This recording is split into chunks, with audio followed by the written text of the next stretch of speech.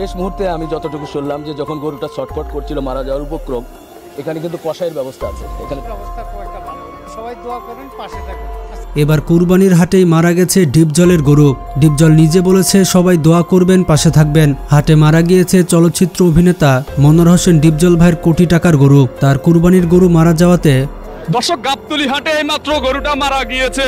অনেক দুঃখ প্রকাশ করেছেন তিনি। শুধুমাত্র ডিপজলের গরুই নয়, আরো বেশ কয়েকটি গরু গাবতলীর হাটে স্টক করে মারা গিয়েছে। বন্ধুরা, ডিপজল কিন্তু গরুকে অনেক ভালোবাসে। তার শখের গরুটি মারা যাওয়ার কারণে সে অনেক দুঃখ প্রকাশ করেছে। অন্যদিকে বাংলাদেশের কুরবানির হাট কাঁপাচ্ছে হিরো আলমের একটি দানবীয় গরু। তার সঙ্গে পাল্লা দিয়ে গরু কিনেছে জায়েদ খান। আজকে আপনারা দেখবেন হিরো আলমের গরু, জায়েদ খানের গরু এবং ডিপজলের কোন গরুটি মারা গিয়েছে। ভিডিওটি না টেনে শেষ পর্যন্ত দেখতে থাকুন। এবারের কুরবানির ঈদে মনোয়ার হোসেন ডিপজলের বেশ কিছু গরু হাট কাঁপাচ্ছে। এটা নিয়ে আমরা আগেই ভিডিও বানিয়েছিলাম, কিন্তু দুঃখজনক বিষয়টি হচ্ছে এবারের কুরবানির ঈদের আগেই ডিপজলের ফার্মের সবচেয়ে বড় গরুটি অতিরিক্ত গরমের কারণে মারা গিয়েছে। বলা হচ্ছে গরুটি হিট স্ট্রোক করে মারা গিয়েছে। আপনারা সকলেই জানেন মনোয়ার হোসেন ডিপজল প্রতি বছর কুরবানির ঈদের আগে তার খামার থেকে কোটি টাকার মূল্যের গরু বিক্রি করে থাকে। পুরো বাংলাদেশে তার অসংখ্য নামডাক রয়েছে। প্রতি বছরের মতো এবারও তিনি 200 থেকে 250টি গরু বাজারে বিক্রির জন্য পাঠিয়েছে, যার মধ্যে তিনি এই গরুটিকে সুদূর আমেরিকার টেক্সাস হতে কাতার এয়ারওয়েজের একটি বিমানে করে আনিয়েছিলেন। আপনারা দেখতেই পাচ্ছেন গরুটির দেহ কতটা সুঠাম। এই গরুটির দাম শুনলে আপনি অবাক হতে বাধ্য হবেন। এই গরুটি কি ডিপজল ভাই নিজে কুরবানি দিবেন নাকি বিক্রির জন্য কিনেছেন? ডিপজল ভাই বলেন এই গরুটি তার খামারের মধ্যে সবচেয়ে সেরা এবং দামি গরু। গরুটিকে তিনি অনেক যত্নে লালন পালন করেছিলেন। আজ থেকে 4 বছর আগে তিনি এই গরুটিকে কাতার এয়ারওয়েজের একটি বিমানে করে সুদূর আমেরিকার টেক্সাস হতে আমদানি করেছিলেন। আমেরিকা থেকে বিমানে আনতে এবং গরুটিকে ক্রয় মূল্য সহ সব মিলিয়ে গরুটির পেছনে ব্যয় হয়েছিল 15 লক্ষ টাকা।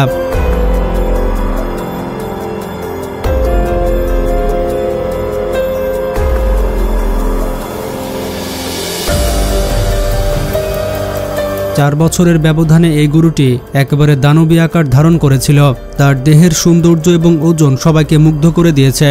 আপনারা দেখতে পাচ্ছেন গরুটির দেহ কতটা সুঠাম। ডিপজল এটাকে তার নিজের সন্তানের মতো আদর যত্নে লালন পালন করেছে। তিনি বলেন গরুটিকে লালন পালন করার জন্য তার প্রতিদিন 2500 টাকা খরচ হয়। এই গরুটিকে তিনি নামি দামি ফল, শাকসবজি এবং ড্রাই ফ্রুট খাইয়ে থাকেন। গরুটির ওজন আনুমানিক 2600 কেজি এবং ডিপজল ভাই এই গরুটির দাম চাচ্ছেন 70 লক্ষ টাকা।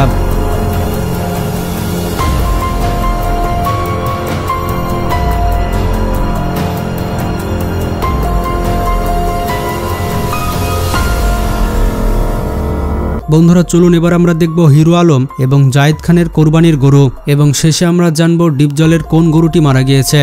বন্ধুরা, হিরো আলমকে আপনারা অনেকেই চিনেন। তিনি বিভিন্ন সময় বিভিন্ন কন্টেন্ট পাবলিশ করে সমালোচনার শিকার হন, কিন্তু এবছর কুরবানির ঈদে তিনি দামি গরু ক্রয় করে সবাইকে অবাক করে দিয়েছেন। হিরো আলমের এই গরুটি বর্তমানে সোশ্যাল মিডিয়াতে ব্যাপক ভাইরাল হচ্ছে।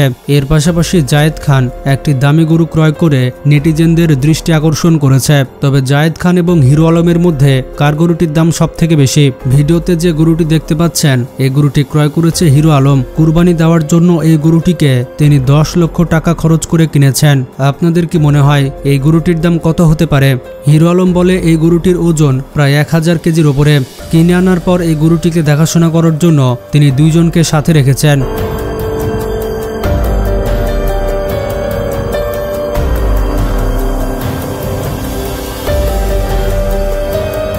বন্ধুরা, এবার আমরা জায়েদ খানের গরু দেখে আসি। বাংলাদেশের চলচ্চিত্র অভিনেতা জায়েদ খানকে আপনারা অনেকেই চেনেন। তিনি বেশ কয়েকবার ডিগবাজি দিয়ে ভাইরাল হয়েছেন। ভিডিওতে আপনি যে গরুটি দেখতে পাচ্ছেন এই গরুটি জায়েদ খান ক্রয় করেছে।